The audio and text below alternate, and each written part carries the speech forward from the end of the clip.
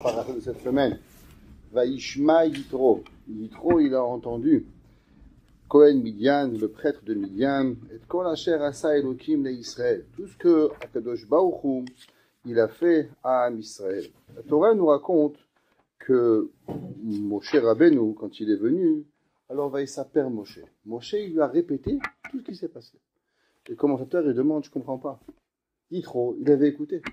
C'est pour ça que Yitro, il est venu. Yitro, il avait écouté Yetziat Mitzrayim. Yitro, il avait écouté l'ouverture de la mer Rouge. Yitro, il a écouté, alors il est venu. Comment ça se fait que Moshe Rabbeinu, il a répété encore à Yitro, il s'appelle Moshe Lechotno, et Kol Asher Asa Hashem. Et Yitro, il a répété tout ce que Akadosh Baruch Hu, il a fait. Pourquoi on a eu besoin de pouvoir répéter ce qui est arrivé? Il y avait un élève, un grand maître, qui s'appelait Rabbi Chaim de Volojine. Rabbi Chaim de Volojine, c'était l'élève du Gaon de Vilna.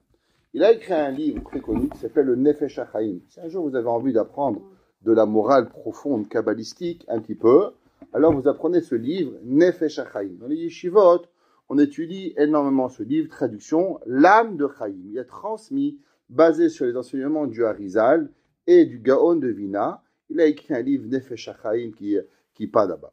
Dans le Nefesh HaChaim, à la fin, il y a une sikha, un ma'amar, qui a été écrit par le Rabbi Chaim de Volojine, qu'il a dit à Rosh Hashanah.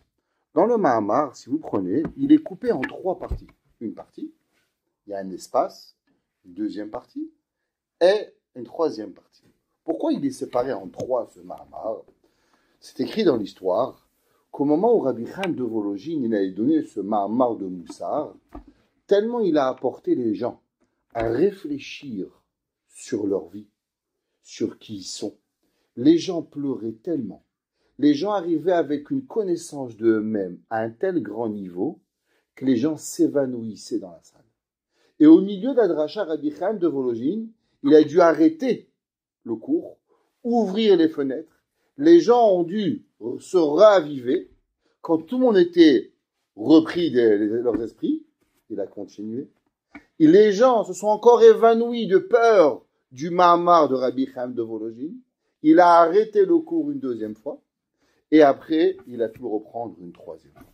Alors son élève, Rabbi Chaim, qui était lui aussi un jour un rave, et il était présent à cette sikha de Rabbi Chaim de Volojine.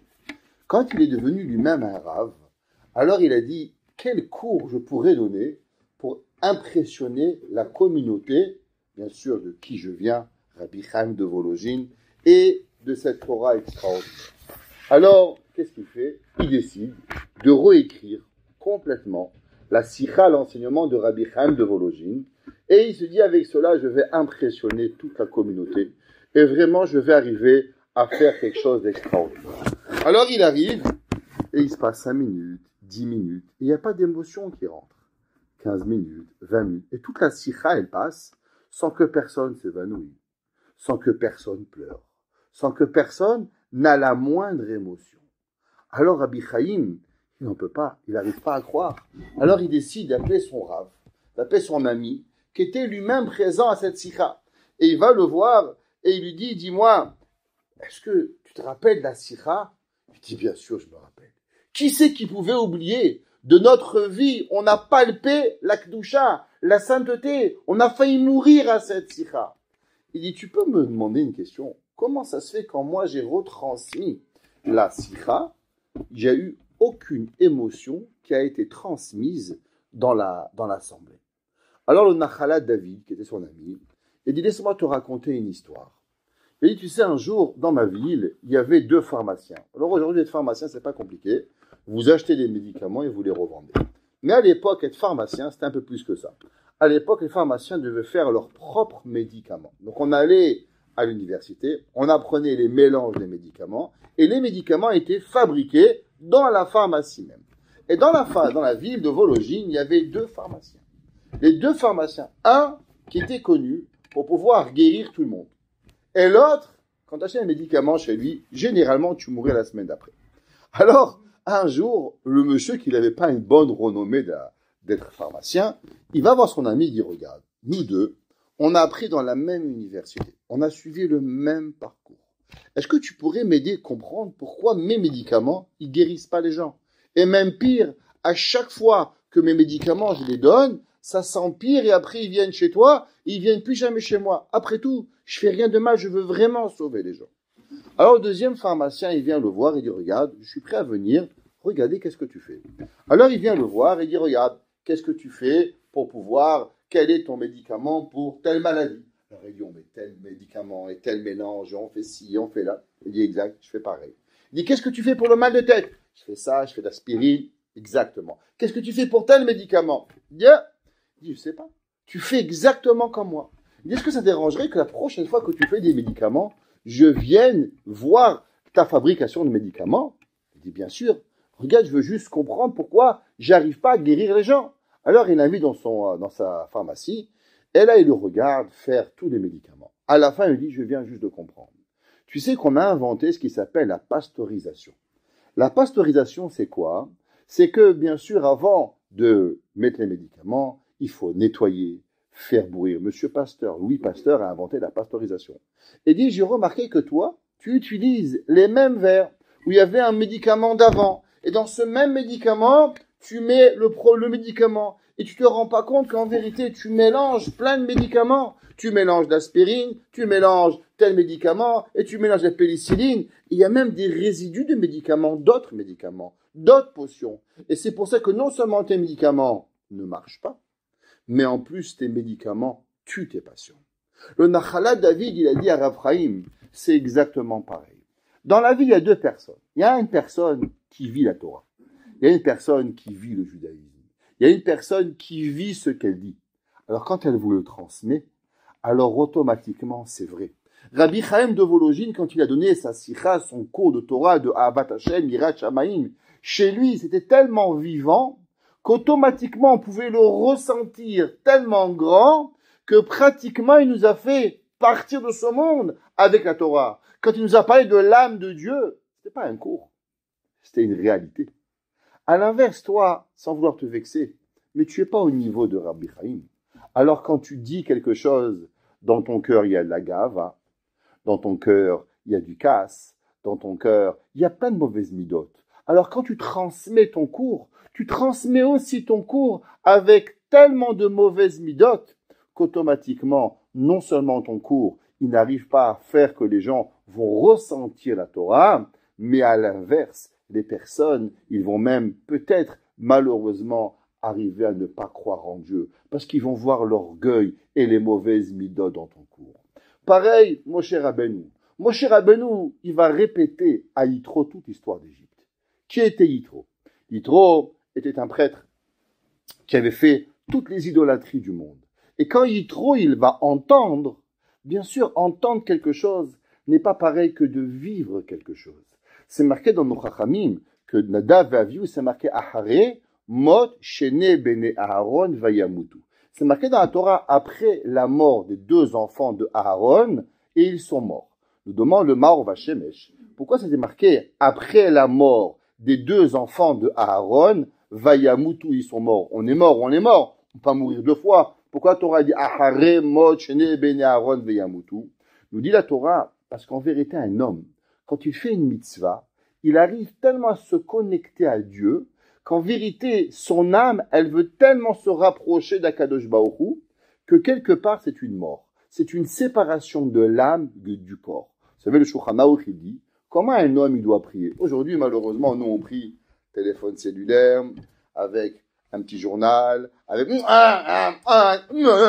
On est là, on s'occupe de maman, notre ami, on a... je suis bien, ma coupe de cheveux, mon costume. Ouais, c'est pas une vraie prière. Pendant le Shulchan Aruch. Shulchan Aruch, il dit que l'homme, il doit arriver à la prière à un niveau que pratiquement son âme, elle veut sortir de son corps. Que l'homme doit ne pas être physiquement présent ici même. C'est pour ça qu'on n'a même pas le droit d'avoir dans notre main un livre. D'après la halakha, il est préférable que la personne connaisse la Shemona Israël par cœur et elle devrait visualiser Hachem, Sefatai, Tiftar. Pourquoi? Parce que même le livre de prière, il vous déconcentre. Même voir une page du livre, ça déconcentre la personne. L'homme, il doit arriver à un niveau de prière tellement grand que son âme, elle est entre son corps et Akadosh Baruch Hu, entre les deux mondes. Et c'est ce qu'on appelle la mort de l'homme, mais pas la mort véritable. Ça s'appelle la mort que l'homme y tue son matérialisme pour pouvoir se rapprocher de Akadosh Baruch Hu. Chaque mitzvah, c'est quoi? Chaque mitzvah qu'on fait, on aime le sushi, on aime la pizza, on aime tous les plaisirs corporels. Qu'est-ce que c'est une mitzvah? Une mitzvah, c'est un peu tuer son plaisir pour se rapprocher d'Akadosh Baruch Hu. Alors le pasuk qui dit Achare mot shene bene Aaron. Normalement, les tzadikim, ils arrivent à déconnecter leur âme de leur corps pour que la mitzvah elle soit 100% sainte. Et après la mitzvah, qu'est-ce qu'ils font? Ils arrivent à reconnecter leur âme vers leur corps. Seulement les enfants de Aaron, qu'est-ce qu'ils ont fait? Eux, ils ont déconnecté leur âme de leur corps, mais ils n'ont pas su rapporter leur âme vers leur corps. Vayamutu, et ils sont morts. Ça veut dire qu'arriver à avoir une réalité de Kedusha, de sainteté, c'est pas donné à tout le monde. Moshe Rabbeinu, il va dire à Yitro, c'est vrai Yitro, tu as vu qu'est-ce qui s'est passé, tu as entendu qu'est-ce qui est arrivé, mais est-ce que tu veux savoir de la bouche de quelqu'un qui l'a vécu? Est-ce que tu peux lire 50 000 livres sur la Shoah? On a tous lu des livres de la Shoah, qu'est-ce qui s'est passé? Mais toutes les personnes qui ont fait la marche, la marche des vivants ou la marche de la mort, dépend comment vous voulez l'appeler, et quand on voit une personne qui a vécu à Auschwitz et qui nous raconte qu'est-ce qu'il a vécu, ça n'a pas de mots par rapport à tous les livres. Quand on arrive à une place et un homme il te dit « Ici, on m'a sauvé la vie. Là, j'ai été frappé par Eichmann. Ici, mon père et ma mère ont été tués. » Ça n'a pas de mots par rapport à tous les livres que vous allez pouvoir raconter et pouvoir lire. Parce que la vérité et la véracité de la chose, elle n'est pas pareille. Nous dit Hachamim, Yitro, il dit, ouais, j'ai entendu, Vaïsaper, on t'a raconté une histoire. Il dit, Yitro, Moshe Rabbeinu, tu crois que c'est une histoire du judaïsme? Tu crois que le judaïsme, c'est un conte de fées qui s'est passé? La Torah, c'est pas un conte de fées. La Torah, c'est une véracité. La Torah, il faut la vivre. Vaïsaper, Moshe. Et Moshe Rabbeinu, il va voir, il va entendre, il va comprendre chaque chose qui va arriver pour pénétrer à Yitro.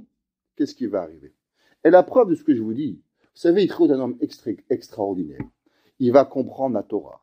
Il va devenir juif. Vaïchad Yitro. D'après beaucoup de Chachamim, c'est quoi Vaïchad Yitro? Il va arriver à comprendre le concept de Echad. C'est quoi Echad? On sait que Shema Israël, Hashem Elokeinu, Hashem Echad. Yitro, il connaissait toutes les divinités du monde. Et il va arriver à la conclusion que quoi? Qu'il n'y a qu'un seul Dieu, qui s'appelle Akadosh Baruch Hu. Ça s'appelle Vaïchad. Vaïchad, il va unifier Dieu. Je vous pose une question. Comment c'est possible que Yitro, il va devenir juif, il va parler avec Moshe Rabbeinu, il va rencontrer Aaron à Cohen, il va apporter des corbanotes, et un beau jour, il va dire « Bye bye, je repars chez moi ». Je ne comprends pas. T'as goûté la vérité. Comment tu arrives à lâcher la Torah? Comment tu arrives à lâcher le peuple juif? Comment un homme qui va vivre des semaines en mangeant la manne? C'est ce que c'est la manne? La manne, c'est un aliment qui n'a pas de déchets. Tout celui qui buvait une fois le BR de Myriam, l'eau de Myriam, n'oubliait plus jamais rien de sa vie. La Torah pénétrait dans son corps, ad vitam aeternam. Une personne qui avait mangé une fois la manne, il avait mangé l'aliment des anges. Lechem abirim achlouish. A dit le verset dans Teilim. Qu'est-ce que les malachim y mangent, les anges? Les hommes y mangent la manne. Alors Yitro va manger la manne, va boire le BR Myriam, va vivre dans les Anané Kavod. Il va voir les 10 miracles du temple. Il va voir Moshe Rabbeinu tous les jours prophète. Que le visage de Moshe Rabbeinu, on n'arrivait même pas à le voir à cause que Moshe Rabbeinu avait vécu pendant 120 jours dans le Gan Eden, dans le Sinaï, dans Akadosh Baruch Hu. Comment tu peux repartir dans ta vie, vivre tout seul dans ton pays? La réponse est qu'il y a deux façons des gens qui vivent. Il y a des gens qui entendent, il y a des gens qui voient, et il y a des gens qui connaissent. Vous savez, c'est marqué, Rachid dit, Ma chez moi Shama. Qu'est-ce qu'il a écouté, Yitro? Yitro dit Rachid, il a écouté l'ouverture de la mer Rouge, et il a écouté Milchemet Amalek. Il a écouté la guerre de Amalek. Tout le monde demande, qu'est-ce que ça veut dire Milchemet Amalek? Il aurait dû dire, Rachid, que le peuple juif, il a gagné la guerre. Qu'est-ce que ça veut dire Milchemet Amalek? Nous dit Abraham Shmulevitz qu'en vérité, il y a des fois dans la vie des personnes, deux personnes peuvent entendre la même chose. Deux personnes peuvent voir la même chose. Mais est-ce que, parce qu'on voit la même chose, alors on vit la même chose? Tout le monde connaît cette fameuse histoire extraordinaire. Il y avait un jour, un Rosh Yeshiva, toutes les semaines, il allait de Jérusalem à Tel Aviv donner une conférence. Et il avait toutes les semaines le même chauffeur de taxi. Alors, un jour, le chauffeur de taxi venait, le Rav donnait une petite histoire au chauffeur de taxi pendant la demi-heure. Un jour, le Rav était très fatigué, alors il lui demande, le chauffeur dit, raconte-moi une histoire, Rabbi. Et je suis fatigué, raconte-moi, toi, une histoire. Elle dit, ok, j'ai une histoire pour vous, monsieur le rabbin. Elle dit, ok, quelle est l'histoire? Tu sais, un jour, j'étais dans l'armée, et on est dans l'armée, et d'un coup, on est tous en train de s'amuser, fumer, jouer aux cartes, et d'un coup, on entend mon ami qui crie.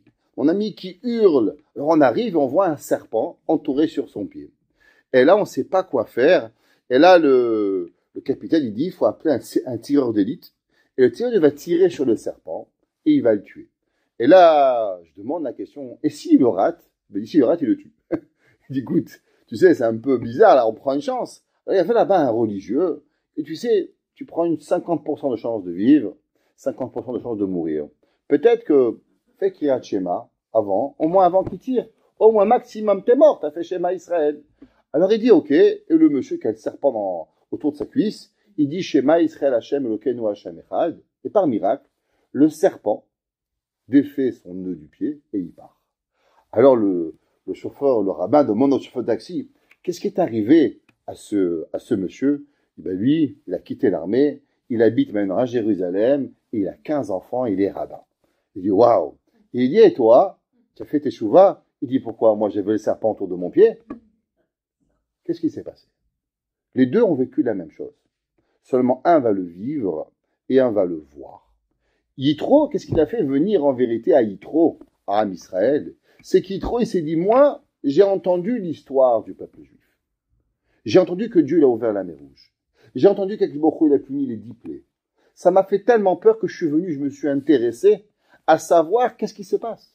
Vaishma Yitro. Yitro, il entend. Yitro, il veut savoir, mais qu'est-ce qui va arriver? Alors, Moshe Yitro, il vient. Mais Yitro, il dit, vous savez qu'est-ce qui se passe? De quoi je suis le plus choqué? C'est comment des gens, ils peuvent entendre la même histoire, et pourtant, que ça les transforme et que ça ne les bouge pas. Comment une personne, elle peut voir un serpent autour de pied d'un homme? Un homme, il dit, Shema Israël, le serpent, il part. Et l'autre, il fait teshuva, il devient religieux. Et l'autre, il te dit, ben, moi, j'ai pas de serpent autour de mon pied. Je comprends pas, t'as pas vu le miracle? Qu'est-ce qui arrive? Yitro, il a dit que l'homme, il est capable de voir dans sa vie. Il est capable d'entendre. Chacun de nous entend des miracles. Seulement le miracle, souvent, il est chez l'autre. Alors, on n'est pas touché par la chose. Il dit Rabbi Chaim de Rosh Yeshiva de Mir, Rabbi Chaim Shmulevitz. Il dit Yitro, qu'est-ce qu'il a entendu? Il a vu comment l'homme, s'il réagit pas à quelque chose, alors automatiquement, il va rester dans la négation. Il peut même devenir l'ennemi pour combattre son sentiment. Qu'est-ce qui s'est passé que Amalek va devenir le pire ennemi d'Israël. Reshit Goïm Amalek. Qu'est-ce qu'il va dire Bilam? Bilam, quand il va prophétiser sur la nation de Amalek, qu'est-ce qu'il va dire? Que Amalek va être la première nation à périr de ce monde. Pourquoi? Parce qu'Amalek, il a aussi entendu qu'est-ce qui va se passer. Seulement Amalek, à la place de dire, bon, tu vois, ça vaut pas la peine de se bagarrer avec eux, on va arriver. Nous dit le Midrash, qu'est-ce qu'il a fait Amalek? Amalek, il a compris que le peuple juif, il avait eu un contact tellement fort avec Akadosh Baruch Hu, qu'il allait quelque part devenir un exemple de l'humanité. Qu'est-ce qu'il a dit à Amalek? Amalek, le machal que tout le monde connaît. Amalek, il est dit comme une baignoire qui est bouillante. Personne ne peut rentrer. Amalek, il dit, je vais rentrer. Je vais m'ébouillanter. Je vais mourir. Mais je vais laisser la place au prochain pour pouvoir se baigner. Ça veut dire que Amalek a dit, Shamou Ami Mirgazoun, Chilach Aziosh Pepelachet, Aznival ou Alouf Edom. Les nations du monde, ils ont eu peur. Amalek a dit, si je reste avec cette peur, ben, je vais faire teshuva.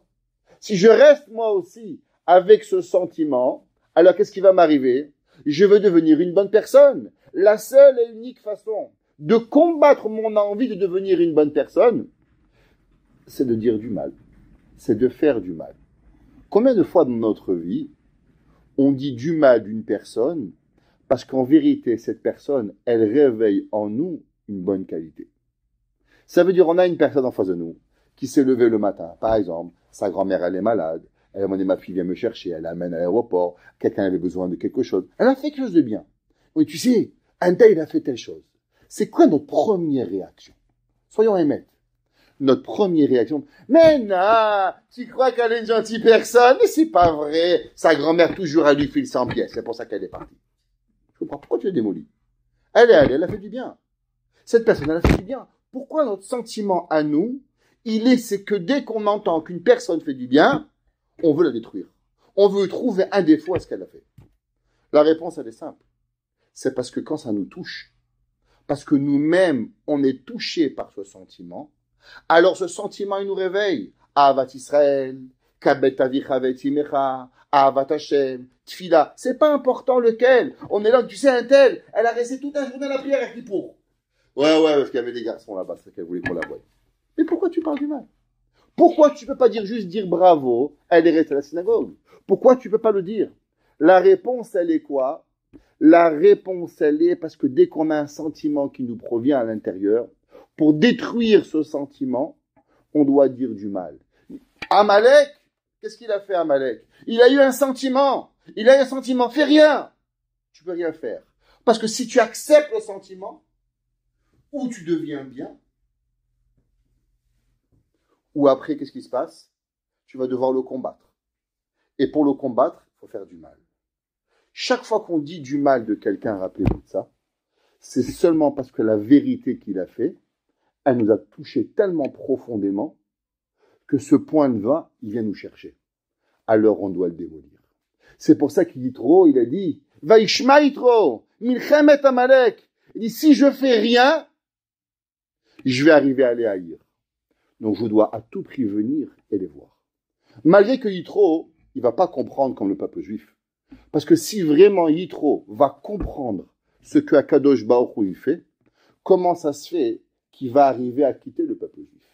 Comment ça se fait que Yitro, d'après Chazal, non seulement il va quitter le peuple juif, mais il va demander à Moshe Rabbeinu que Moshe Rabbeinu lui donne un enfant pour faire Avodah Zarah. Vous imaginez ça? Yitro, il va se réveiller. Il va dire à Moshe Rabbeinu, Dieu il est grand, mais je veux que tu me donnes un de tes enfants à être Avodah Zarah. Pourquoi? Parce que entendre, réagir, voir et comprendre ne sont pas pareils. C'est pas la même chose. On peut vous raconter 50 ans de ce que ça représente un séminaire. Si vous ne l'avez pas vécu, vous ne pouvez pas comprendre. On peut vous expliquer 50 ans ce que c'est Shabbat. Si vous ne savez pas ce que c'est Shabbat, vous ne pouvez pas comprendre. C'est que des mots. Yitro, quelque part, est d'un homme extraordinaire. Vous savez, l'histoire de Yitro dans la paracha, en vérité, chronologiquement, elle ne suit pas l'ordre chronologique. Pourquoi? Parce qu'à quel moment Moshe Rabbeinu va se mettre debout et il va enseigner la Torah au peuple juif? Moshe Rabbeinu, et même la venue de Yitro, c'est une grande question quand est-ce qu'il vient Yitro. Est-ce que Yitro, il vient avant Matan Torah ou Yitro, il vient après Matan Torah? Il en reste que même si Yitro, il vient avant Matan Torah, on va le dire, il en reste c'est que la discussion que Moshe Rabbeinu, il a eue avec Yitro, et que Yitro, il va dire à Moshe Rabbeinu, tu sais, Moshe Rabbeinu, Nabol Tibol, tu es du matin au soir en train d'apprendre la Torah. C'est pas comme ça qu'il faut faire. Il faut enseigner la Torah, il faut avoir des chefs de 10, de 100, de 1000 pour pouvoir alléger le peuple. À quel moment Moshe Rabbeinu s'est tenu debout pour enseigner la Torah? Rashi nous apprend que c'était le 11 Tishri. Pourquoi? À cause que Moshe Rabbeinu, c'est d'Égypte, le 7 de Sivan, il va monter au Sinaï pour recevoir la Torah. Il va descendre 40 jours plus tard, le 17 de Tammuz, avec l'étape de la loi. Là, il va pas s'amuser du tout. Et il va casser Tammuz, vous n'avez pas suivi. Ok? Alors, il va casser l'étape de la loi. Il va remonter le 18 Tammuz pour demander pardon. Il va redescendre Rosh Chodesh Elul, disant que Akadosh Baruch Hu l'aura pardonné. Il va remonter une troisième fois pour chercher les deuxièmes tables de la loi. Et il va redescendre quand? Le jour de Kippour. Et le jour de Kippour, c'est là que Moshe Rabbeinu va descendre avec les deuxièmes tables de la loi. Et il va dire à Kadosh Baruch Hu, Ki bayom hazeh yechaper alechem. Grâce à la Torah, Kadosh Baruch Hu, il vous pardonne. Donc, Moshe Rabbeinu, depuis le 7 de Sivan jusqu'au 10 de Tishri, Moshe Rabbeinu est absent du peuple juif. 6 mois, 120 jours. Le 11 de Tishri, le peuple juif dit, waouh, la Torah, ça m'intéresse. Qu'est-ce qui est écrit dans la Torah? Et c'est là que Moshe Rabbeinu, il va enseigner la Torah au complet, au peuple juif tous les jours, un petit peu, qu'est-ce qui arrive. C'est là que Yitro va dire, mais c'est pas possible, tu vas mourir, tu vas t'effondrer, c'est pas comme ça qu'on fait. Matan Torah, c'est quand? 7 de Sivan. Pourquoi la Torah, elle a décidé dans la paracha de Yitro, de mentionner d'abord l'histoire de Yitro, avant de mentionner l'histoire de Matan Torah. Comme si que l'histoire de Yitro et Moshe est une préface à le don de la Torah. Chachamim donne 2 explications à cela. 2 explications pourquoi la Torah elle a donné comme préface l'histoire de Yitro avant le don de la Torah. La première, vous savez, il y avait un jour un homme qui s'appelait Rabbi Elazar ben Azaria. Vous connaissez Rabbi Elazar ben Azaria? Tout le monde connaît. Rabbi Elazar ben Azaria est un homme d'une intelligence extraordinaire. Et il va devenir Rosh Yeshiva. Que veut dire Rosh Yeshiva? Pas seulement maître de la Yeshiva, mais chef spirituel du peuple juif. À quel âge il va devenir chef spirituel? À 18 ans. Et c'est là qu'il va prendre la place du grand maître Rabban Gamliel. Rabban Gamliel qui était petit-fils de qui? De David HaMelech. Il descendait directement de David HaMelech, Rabban Gamliel, fils de Hillel, qui était la tribu, qui étaient eux les Nessilim. Donc il va prendre une place incroyable, Rabbi Elazar ben Azaria. Et ce jour-là, toutes les questions qui étaient en plan depuis des décennies, qu'on n'avait pas de réponse, on a de poser à Rabbi Elazar ben Azaria, et Rabbi Elazar ben Azaria va les répondre. Chaque fois que vous voyez une Mishnah, une Gemara, un enseignement du Talmud qui est écrit Bo Bayom, ce jour-là, qu'est-ce que veut dire ce jour-là? Le jour où Rabbi Elazar ben Azaria va devenir maître du peuple juif. Il y avait une question qui va rester sans réponse. Quelle était la réponse? Est-ce que on avait le droit, on avait l'obligation de mentionner Yetziat Mitzrayim la nuit? Vous savez qu'on dit 2 fois le schéma. Le schéma, c'est le matin et le soir. Beshor Becha, Uvkumecha. A-t-on levé et a-t-on couché? Maintenant, c'est quoi la mitzvah de schéma? Quand vous savez, la Torah nous demande de faire la mitzvah de schéma. C'est quelle obligation de dire le schéma? Quelles sont les parties du schéma que nous sommes obligés de dire matin et soir? D'après tout le monde, l'obligation unique, c'est la première partie. Shema Israël, ve'ahavta. La deuxième partie, ve'hayim shamoa, c'est une discussion dans nos chachamim. Est-ce qu'elle est aussi toranique ou elle est rabbinique? La troisième partie du schéma, vayomer, elle n'a rien à voir avec Yetziat Mitzrayim. Elle n'a rien à voir avec Yirat Shema. Alors pourquoi on mentionne la troisième partie du schéma, vayomer, le matin et le soir? Quelle est la raison pourquoi on mentionne cette partie de la Torah? Elle n'a rien à voir avec Yirat Shema. Ça n'a rien à voir avec Etefili non plus. Alors pourquoi on la mentionne le matin et le soir?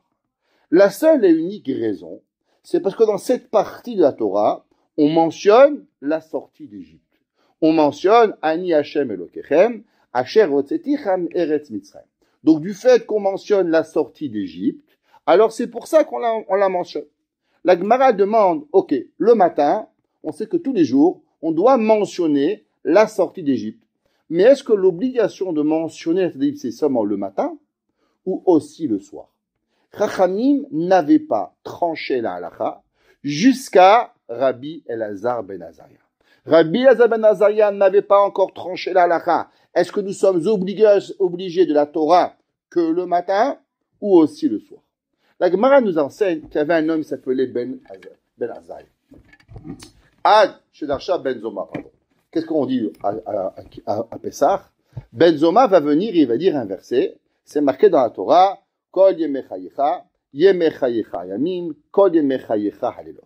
Ben Zoma, il va dire, oui, c'est marqué que nous devons se rappeler tous les jours de ta vie la mitzvah de Yetziat Mitzrayim. Parce qu'on m'arrête tous les jours, on aurait dit les jours de ta vie. Pourquoi il y a marqué le mot Kol? Dit Ben Zoma, à cause que le jour et Kol veut dire la nuit. Quel âge il avait Ben Zoma ce jour-là? Comment ça se fait que la Torah mentionne même pas son prénom? Il avait un prénom, ce Ben Zoma. Comment il s'appelait? Il s'appelait Shimon. Pourquoi c'est pas marqué Ad Darash Shimon Ben Zoma? Nous dit le petit-fils du Rambam, Rabbi David Hanagid. Il dit qu'en vérité, Ben Zoma avait 9 ans. Alors imaginez-vous, on est au Beth Midrash, il y a Rabban Gamliel, 70 ans. Rabbi Elazar ben Azaria, 18 ans, qui lui a poussé une barbe blanche comme un prophète. Rabbi Tarfon, Rabbi Shimon ben Yochai, Rabbi Akiba. Tous les plus grands rabbins de la génération sont là-bas. Et tout le monde, on a une question. Est-ce qu'on connaît la loi qu'il faut dire Shema le soir ou pas? Personne ne sait. Et là, il y a une petite question qui dit, moi je sais. Qu'est-ce que vous aurez fait? La vérité. Imaginez-vous, vous êtes là en classe, vous avez un super problème mathématique, vous êtes à l'université, et il y a votre petit frère qui rentre, il dit, Sarah, je peux t'aider? Oui, dégage! Maximum. Oui ou non? Soyez honnête. C'est ça qui va arriver. Oui. Vient Ben Azaï, il dit Ben Zoma, et dit, j'ai une preuve. Qu'est-ce qu'il dit Rabbi Elazar ben Azaria? Bechavod, assis-toi. On va t'écouter. Et on va trancher la halacha comme Ben Zoma. Ben Zoma malgré que Rabbi Elazar ben Azaria n'était pas d'accord. Rabbi Elazar ben Azaria disait Kol pour nous amener le temps de Mashiach. Et Yemei Chayecha aujourd'hui. Mais la nuit, nous n'avons pas l'obligation de lire le Kriyat Shema, de lire la Yetziat Mitzrayim. Et on va trancher la halacha comme Ben Zoma. Pourquoi on ramène cette histoire si même Rabbi Elazar ben Azaria n'était pas d'accord? La réponse, elle est pour nous apprendre une seule chose. L'humilité. Anava. C'est quoi la Torah? C'est quoi la Torah? Beaucoup de personnes, quand ils apprennent la Torah leur monte dans la tête, ils deviennent des gens orgueilleux. Avec un orgueil qui est même pas capable de pouvoir leur parler. La Torah nous dit que ça peut être professeur. Je raconte une histoire qui m'a touché. Un jour, ma maman, Baruch Hashem, elle s'en est guérie, mais à un moment, elle a attrapé un cancer. Dieu préserve. Et alors, on a fait beaucoup de choses pour qu'elle soit opérée par le plus grand professeur de Marseille. Et quand on arrive là, bien sûr, le professeur, tu ne peux pas lui parler avant, tu ne peux pas lui parler après. Il a dit la seule chose qu'il pouvait faire, c'est l'opérer. Mais il ne voulait pas s'occuper d'elle, ni avant, ni après. Alors, ma mère, elle arrive, et le jour, quelques secondes avant qu'on l'endorme, le professeur, il rentre. Et le professeur, il arrive, il demande à ma mère, vous savez qui je suis? Ma mère nie, hein? Elle dit, oui, vous êtes docteur Intel. Il dit, docteur, professeur, chef de l'hôpital. Et ma mère, elle reste complètement ébahie. Il y a une femme qui ne sait pas si elle va se réveiller de l'opération. Elle ne sait pas si elle va vivre ou elle va mourir. Et le gars, la seule chose qui est important pour lui, c'est ce que tu as dit, docteur ou professeur. C'est pas dire, oui, madame, vous inquiétez pas, tout va bien se passer, vous allez dire, je m'occupe de vous. La seule chose qu'il va lui dire, il veut seulement une seule chose. Que tu sais qu'il est professeur et pas docteur. Vous comprenez ça? Il y avait un jour un élève, l'élève de Rabbi Israël Salanter. Ouais. L'élève, il s'appelait Rabbi Tziko. Ouais. Alors un jour, il demandait jamais rien à personne. Seulement une chose par an, il demandait aux élèves que les Bachourim, ils venaient avec lui faire les matzot. Ça interdit à une personne de faire les matzot tout seul. Pourquoi? Ça sourd. Parce que si tu vas pétrir, étaler, mettre au four, ça va devenir chametz. C'est une halakha qu'on ne peut pas faire les matzot tout seul. Il faut être plusieurs personnes. Alors, ce Rav, il demandait à ses élèves jamais rien, à part un service par an, que les Bachourim viennent avec lui pétrir les matzot. Alors, il s'appelait Rab Itzel. Alors, mais son vrai nom, c'était Yitzhak.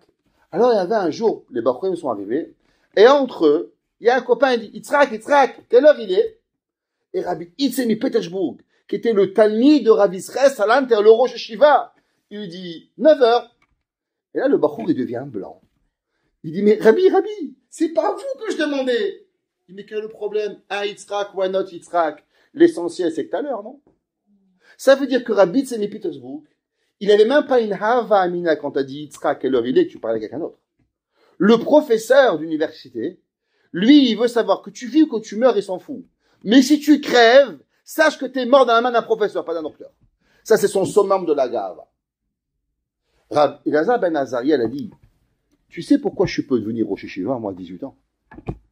C'est parce que la Torah, elle n'est pas importante où elle est. Rabbi Elazar ben Azaria, il a enseigné la plus belle des leçons à l'humanité. De quoi il avait peur, Rabbi Elazar ben Azaria? Rabbi Elazar ben Azaria, il avait peur que comme il avait 18 ans, sa femme, elle lui a dit, tu sais, t'es trop jeune. Tu vas arriver avec une barbe noire. Tous les rabbins, Rabbi Shimon ben Yochai, il a 100 ans. Rabbi Akiba, il avait 80 ans. Rabbi Gamiel, il en avait 80. Mais tu vas être un clown devant eux. Ils vont même pas te regarder. Alors, Akadosh Baruch Hu, il a dû faire un miracle que la barbe de Rabbi Elazar ben Azaria, elle blanchisse et qu'il avait l'air de 70 ans. Mais en vérité, qu'est-ce qu'il a dit, Rabbi Elazar ben Azaria? L'âge, il n'est pas important. C'est quoi ce qui est important? C'est la vérité. C'est le Emet. Akadosh Baruch Hu, il a testé Rabbi Elazar ben Azaria le jour où il va devenir Rosh Yeshiva, parce que lui, il va dire. Lui, il a dit, c'est pas grave l'âge. L'essentiel, c'est la vérité. Ah oui? Alors on va voir. Toi, tu as 18 ans, eux, ils ont 70 ans. C'est bien. Alors pareil, 9 ans versus 18 ans. On va voir ce que tu vas faire toi. Est-ce que toi, tu vas dire, ben, t'es un gamin, casse-toi. Alors on va te dire, ben, toi aussi, Rabbi, 18 ans, t'es trop jeune, dehors. Ou bien non, tu dis, la vérité, c'est la vérité. Et c'est pas important chez qui elle est. Parce que la vérité, il faut la chercher parce que c'est du Emet. Alors Rabbi Elazar ben Azaria va être testé pour voir si c'est vrai. Moshe Rabbeinu, il était Anav Mikol Adam. Qu'est-ce que ça veut dire Anav Mikol Adam? Humble de tout homme. Un jour, Rav Israël Salanter. Rav Israël Salanter, il arrive dans une ville et il voit un homme qui prie Mincha. Vous savez que la Mincha est rêve Kippour. Alors on fait un long vidouille. On fait le vidouille de Kippour. Pourquoi? Pourquoi on fait le long vidouille de Mincha avant Kippour? Vous savez pourquoi? On a peur de mourir en mangeant. C'est qu'on a tellement peur qu'en vérité, le jour de la veille de Kippour, Hachem il est fâché avec nous, qu'on va mourir avant Kippour. Et on a peur que si on va mourir, on serait mort sans demander pardon à Dieu. C'est pour ça que dès qu'il arrive l'heure de Mincha, on court à pardon à Kadosh Baruch Hu. Au moins si je meurs avec un pardon, pas sans pardon. C'est la raison pourquoi on fait le vidouille à Kippour, rien d'autre. De peur que le gars il meure. Tous les jours, on a peur de mourir, non? Mais la veille de Kippour, on a tellement peur de mourir qu'on fait le vidouille à Mincha.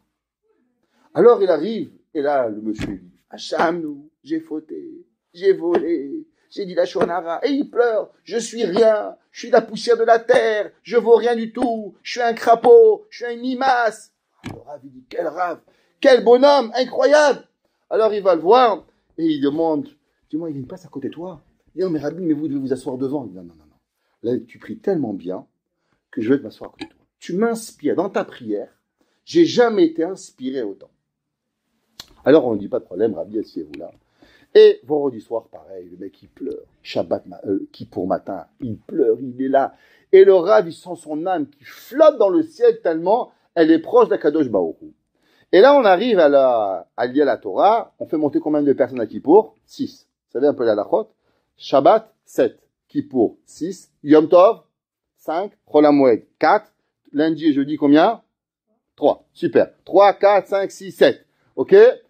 C'est comme ça que vous allez savoir, plus le maftir toujours. D'accord? Alors, il arrive, premier, Cohen, deuxième, Lévi, troisième, dans les synagogues, c'est monté Israël, le rabbin, quatrième, on a fait monter le bedou de la synagogue. Et là, ce monsieur, il commence à crier. Comment ça se fait? C'est moi qui dois monter. C'est à moi la Aliyah. Et là, tout le monde lui dit, mais je comprends pas. Il y a 5 minutes, tu pleurais, que t'étais rien, t'étais une limace, un ver de terre. Et là, d'un coup, tu fais un scandale à la synagogue. Vous n'avez rien compris. Je suis rien devant le bon Dieu. Mais devant le bedeau, je suis tout. Ça veut dire, qu'est-ce que ça veut dire la Hanava? La Hanava, c'est par rapport à Hachem ou par rapport aux hommes? Moshe Rabbeinu, il dit, Ve'aish Moshe Anav Mikol Adam. Il est humble devant tous les hommes. Moshe Rabbeinu, avec qui il parlait? Avec Dieu. Reprenons l'histoire. Moshe Rabbeinu, on est le lendemain où Moshe Rabbeinu, il revient d'avoir passé 120 jours avec Akadosh Baruch Hu. Il va voir Dieu la façon la plus proche qu'un humain est capable de voir. Quelque chose qui respire ne peut pas arriver au niveau où Moshe Rabbeinu il va arriver. Moshe Rabbeinu demande à Dieu, je veux voir ta gloire. Akadosh Baruch Hu dit, tu peux pas. Tu vois ma gloire, tu vas mourir. Lo irani adam vachai. Moshe Rabbeinu dit, ok, mais quelque chose. Alors Dieu va lui faire montrer les téphilines. Il va lui faire montrer la grandeur d'Akadosh Baruch Hu. Il va lui faire montrer Sachar va'onesh, récompense. Il va parler à Akadosh Baruch Hu. Il va lui apprendre toute la Torah. Michaël, Gabriel, en partant les anges, il y a des cadeaux à Moshe Rabbeinu. Même le Malach Hamavet, l'ange de la mort va tomber amoureux de Moshe Rabbeinu. Moshe Rabbeinu va connaître toute la Torah qui va être enseigné jusqu'à la fin des temps. Moshe Rabbeinu, il descend avec 2 tables de la loi. Personne ne peut le voir. Son visage, il brille tellement que les humains qui le voient, ils deviennent aveugles. Et Moshe nous doit mettre un masque pour que les gens, ils puissent lui reparler.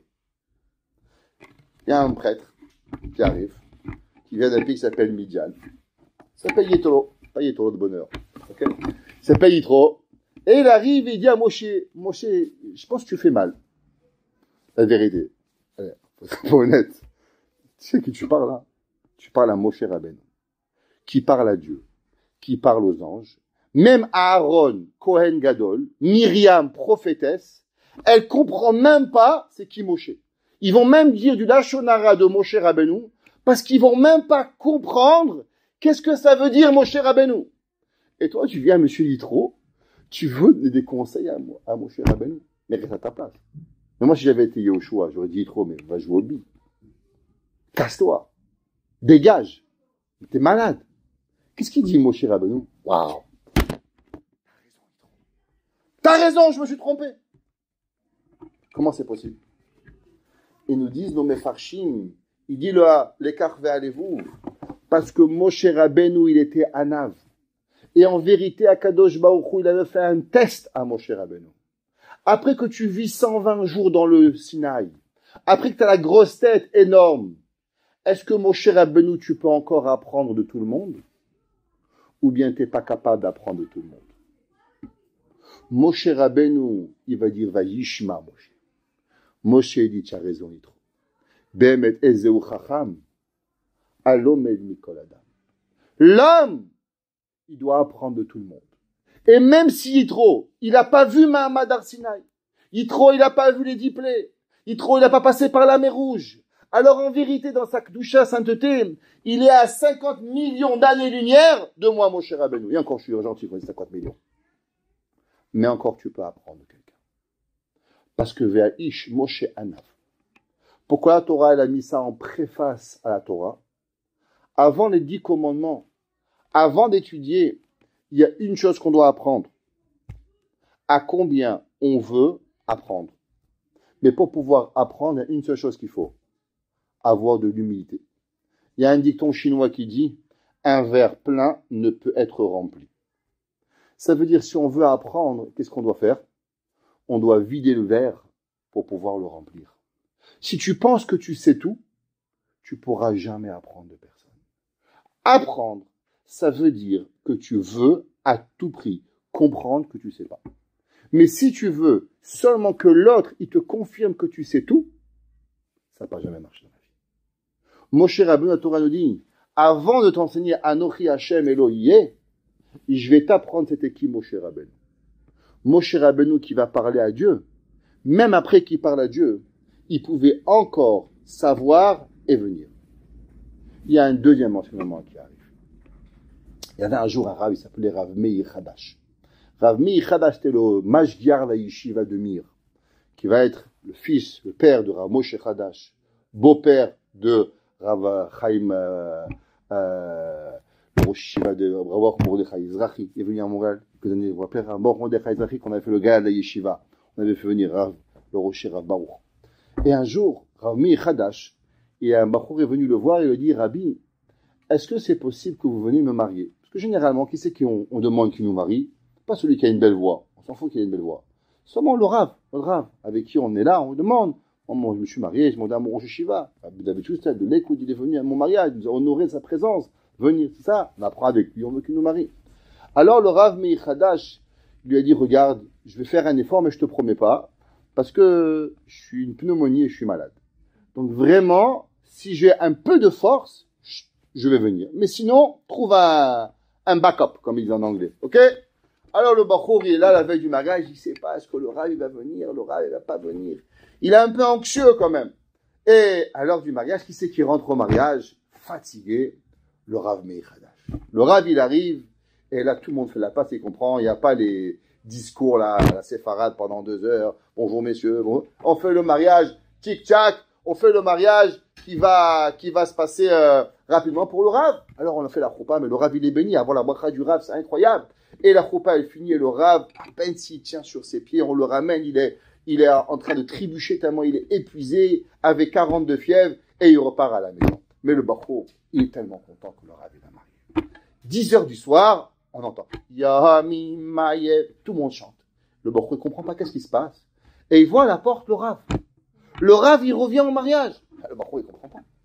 Il dit, mais Rabbi, vous avez une pneumonie. Vous m'avez dit que vous n'allez pas venir, même pas à la choupa. Et là, vous êtes parti et vous êtes revenu. Il lui a dit oui. Parce qu'il y a 5 ans, tu te rappelles, ma femme, elle est tombée malade. Et je t'avais demandé de venir avec moi à l'hôpital. Et tu es resté toute la nuit avec moi à l'hôpital. Il lui a dit, le Rav Hadash, j'ai pour toi la Hakarat Atov. Alors, malade et pas malade, l'après-midi, je suis venu en tant que Rav. Mais maintenant, je dois revenir parce que j'ai Hakarat Atov envers toi. Et puisque j'ai Hakarat Atov envers toi, alors je dois revenir. Il y avait un Rav, il s'appelait Rav Shalom Eisen. Son fils, c'était mon Rav. Rav Shalom Eisen, c'est la Chavruta pendant 40 ans de Rav Shlomo Zalman Auerbach. 40 ans. Les deux, ils ont dit qu'ils n'ont jamais de leur vie parlé un mot autre chose que de Torah. 40 ans. C'est pas compliqué. Quand ils ont marié leurs enfants, les deux ont marié leurs enfants le même soir. Les femmes, elles leur ont demandé, mais je comprends pas, vous n'êtes pas parlé là? Vous n'avez pas dit, moi je marie mon fils mardi, toi mardi, viens, on se marie pas le même jour? Non, on n'a jamais parlé. Mais tous les jours, pendant 6 heures, on étudie, mon papa. Il dit, mais quand vous voyez, il dit, non, mais quand on finit la Chavruta, alors on finit la question d'hier, et dès qu'on se rencontre au bout de la rue, on recommence la question d'hier. Donc on parle jamais, on n'a pas le temps de parler. Il dit, mais vous regardez pas? Il dit, non, je regarde jamais. Il dit, mais c'est pas intéressant de se voir. Intéressant la Torah, ça m'intéresse pas à quoi il faut. Rav Shlomo Zalman et Rav Shalom Eisen ont jamais dit un mot autre chose de Torah pendant 40 ans. Je sais pas si vous imaginez ce que ça veut dire. Moi, je comprends pas. En tout cas, si vous comprenez, bravo pour vous. Alors, Rav Shalom Eisen, un jour, il est tombé malade. Il a attrapé un cancer du préserve. Et vous savez, à l'époque, en Israël, il n'y a pas comme aujourd'hui des grands médecins. Et alors, à l'époque où on allait pour aller se soigner, on allait en Israël. Et on allait en Israël pour se faire soigner.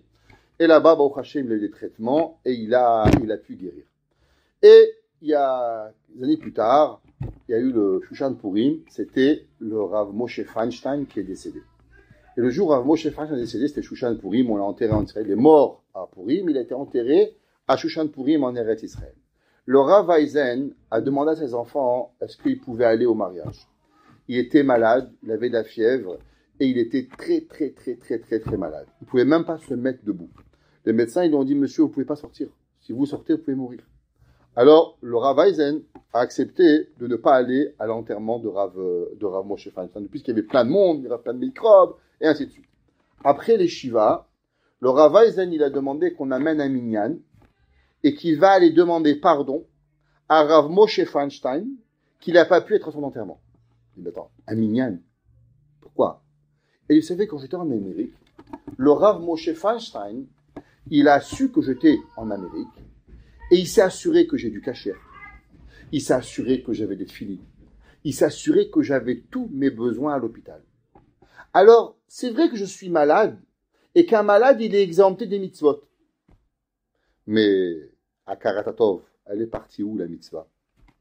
Il dit par rapport au Gadol Hador, je suis exempté. Mais par rapport à la mitzvah de Hakarat-Hatov, je suis pas exempté. Et il s'est assuré d'aller avec un minyan pour demander pardon à Rav Moshe Feinstein. Vous savez, tous les mefarshim, ils demandent, Moshe Rabbeinu, il va revenir à Yitro avec qui? Avec sa femme et ses 2 enfants. Comment ça se fait que la Torah ne parle pas du tout de la conversation que Moshe Rabbeinu, il a eu avec sa femme? Je vous dirai même plus. Vous savez que Moshe Rabbeinu avait divorcé de Tzipora. Ouais.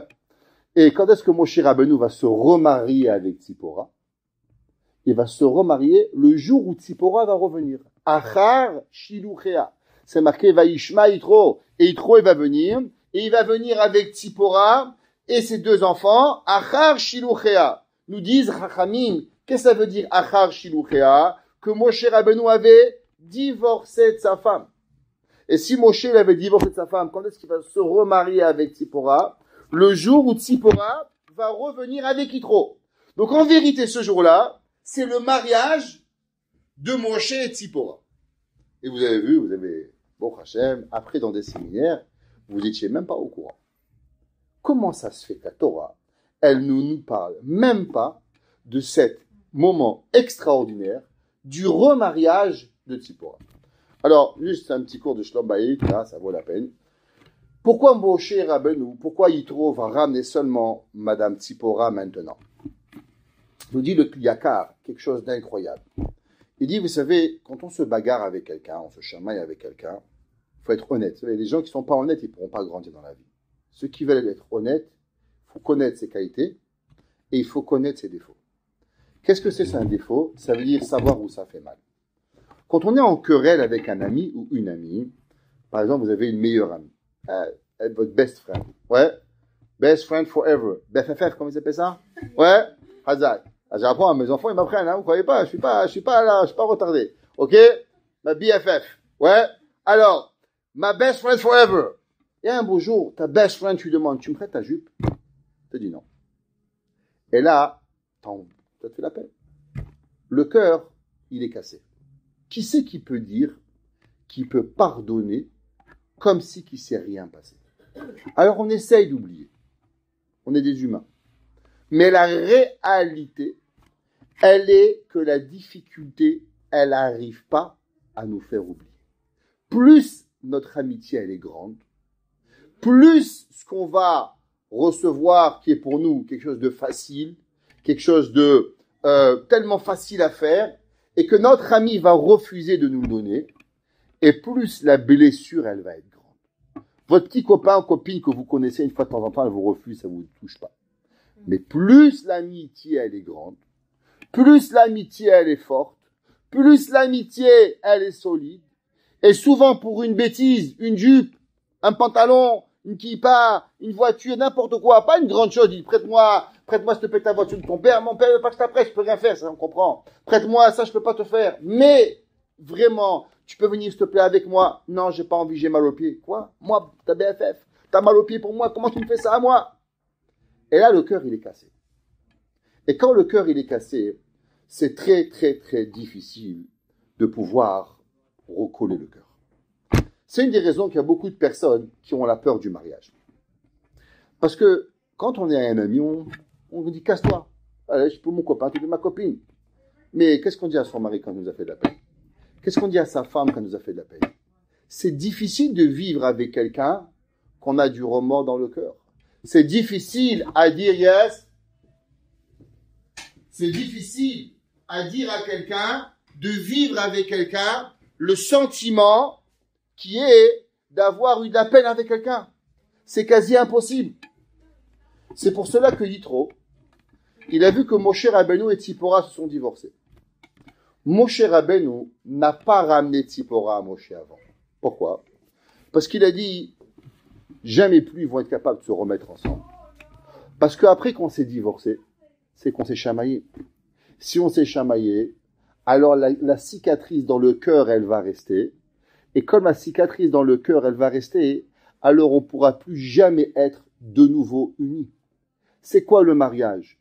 Le mariage, c'est d'être unis pour la vie et l'éternité.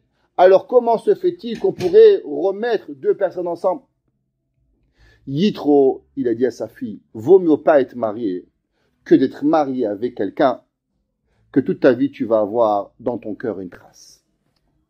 Mais Yitro, il a vu un miracle. C'est quoi le miracle qu'il va voir Yitro? Yitro, il va voir l'ouverture de la mer Rouge. C'est quoi l'ouverture de la mer Rouge? C'est l'eau. Vous savez, dans la terre, dans la vie, vous cassez une chaise. Vous cassez une chaise. Vous recollez la chaise. Qu'est-ce qui se passe? Il va y avoir, sur la chaise, il va y avoir ici une trace de colle. Yitro, il va dire, toute chose qui est cassée, il y a une trace. À part une chose.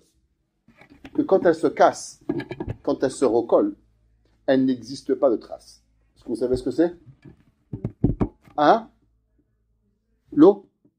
L'eau. Prenez une bouteille d'eau, séparez l'eau, remettez l'eau, et vous allez voir qu'il n'y a pas de trace. Pourquoi? Parce que l'eau, c'est la chose unique que Kadosh Baruch Hu il a créée, qu'elle n'existe pas d'entité. Tu peux séparer l'eau en 10, en 20, en 30, en 1 million, et que tu la recolles ensemble, il n'y a aucune trace qui a été là. Qu'est-ce qu'a dit la Gemara? Caché zivugo chez la dame, kekeriat chamsouf. À quoi il ressemble le mariage? À l'ouverture de la mer. Pourquoi? Parce que quand le cœur il se sépare, alors ça fait mal. Mais il y a une chose incroyable, que quand le cœur il revient, il n'y a plus de trace. Le cœur de l'homme, entre un homme et sa femme, il est capable de se recoller sans avoir aucune trace. Dis le Kliyakar, tu sais pourquoi Moshe Yitro il a ramené maintenant Tzipora? Après qu'il a compris qu'en vérité le cœur d'un homme et d'une femme, c'est pas comme une chaise, c'est pas comme une table, mais c'est comme l'eau. Que de la même façon que l'eau, on peut séparer sans qu'elle revienne, et on les recolle sans qu'il y ait de traces. Alors pareil, le mariage, tu peux des fois pas t'entendre avec ton mari, tu peux des fois te t'entendre avec ta femme. Bien sûr, on se demande pardon. N'oublions pas que le cœur, il est tellement fort qu'il va se recouvrir et qu'il n'y aura plus de traces. Donc n'ayez pas peur du mariage. Mais Moshe Rabbeinu, la Torah ne nous parle pas de Yitro, de le mariage de Moshe pour une raison. Parce que, après tout, aimer sa femme, c'est naturel. Nous dire que Moshe Rabbeinu est un homme normal, on n'a pas besoin d'apprendre ça. Moshe Rabbeinu s'est marié. La Torah nous a parlé qu'ils se sont mariés. Mais vous savez qu'est-ce qui n'est pas naturel? Ce qui n'est pas naturel, c'est d'avoir de la hakarat hatov. C'est d'avoir de la reconnaissance. La Torah, elle a partagé la mitzvah et l'enseignement de Yitro, parce que Yitro, comment Moshe Rabbeinu est devenu Moshe Rabbeinu? Grâce à quoi Tzipora va se marier avec Moshe Rabbeinu? C'est quoi l'histoire? Tzipora va boire de l'eau, des bergers vont la frapper, Moshe Rabbeinu va les sauver, les filles disent merci, bye bye. Il rentre à la maison, Yitro il dit mais qu'est-ce qui vous arrive? Vous êtes toute balafrée là, qu'est-ce qui vous est arrivé? Il dit non, c'est bagarré, un homme il est venu sauver. Il dit comment il s'appelait? Il dit Moshe. Moshe, où il est où? Ben je sais pas, il en reste là-bas. Quoi, vous avez laissé là-bas Moshe Rabbeinu? Mais amenez-le. Grâce à qui Moshe va se marier avec Tzipora? Grâce à qui Moshe Rabbeinu va devenir berger? Grâce à qui Moshe Rabbeinu va pouvoir grandir en Torah sans avoir de soucis? Grâce à Yitro. La Torah te dit, tu sais c'est quoi la préface de Anochi Hashem Elokecha? Comment un homme il peut arriver à prendre Dieu comme Dieu? C'est pas possible. Moi je suis très bien, je mange des pizzas, je mange du sushi, je m'amuse, je vais au cinéma, je vais en boîte. Ouais, vous savez qu'est-ce qu'ils disent? 2 petits pois quand dans une assiette. 2 petits pois qui se trouvent dans une assiette, qu'est-ce qu'ils se disent? On s'est pas déjà vu en boîte par hasard. Ok? Alors, qu'est-ce qui arrive? Comment on peut dire Hashem, Anochi Hashem? La réponse elle est simple. C'est à cause que on va une seule chose. Hakarat hatov. Si on ne sait pas reconnaître du bien à celui qui nous le donne, on ne peut pas arriver à prendre Akadosh Baruch Hu comme Dieu. C'est pour ça que la Torah nous dit, avant d'apprendre Anochi Hashem Elokecha, je suis obligé d'apprendre une leçon. Quelle leçon? La leçon de Hakarat hatov. Comment Moshe Rabbeinu, il va prendre du temps de manger avec lui, de parler avec lui, de lui raconter. Le grand Moshe Rabbeinu, qui était Yitro? Yitro, il y a 5 minutes, il faisait Oven Avodazara. Yitro, il était un Racha Merusha. Yitro, il avait fait tous les Avodazara du monde. Et en une seconde, il va recevoir le plus grand kavod qui puisse exister. Comment c'est possible? Moshe dit, je m'en fous, qu'est-ce que lui il a fait? Mais moi, qu'est-ce que je lui dois? Dans la vie, c'est pas important qu'est-ce que l'autre il fait. C'est important de voir qu'est-ce que toi tu as eu. À combien toi tu as profité du bien de l'autre. Et c'est pour ça que la Torah, elle va enseigner 2 leçons avec les de Yitro avant Matan Torah. 1, l'humilité de Moshe. Et 2, la Hakarat hatov. Et si on a ces 2 facteurs, Yitro, Hakarat hatov, et reconnaître le bien, et l'humilité, alors on peut arriver Béhémet à Anochi Hashem Elohi ou à cette libérée. Baruch Hanai l'olam. Amen et amen.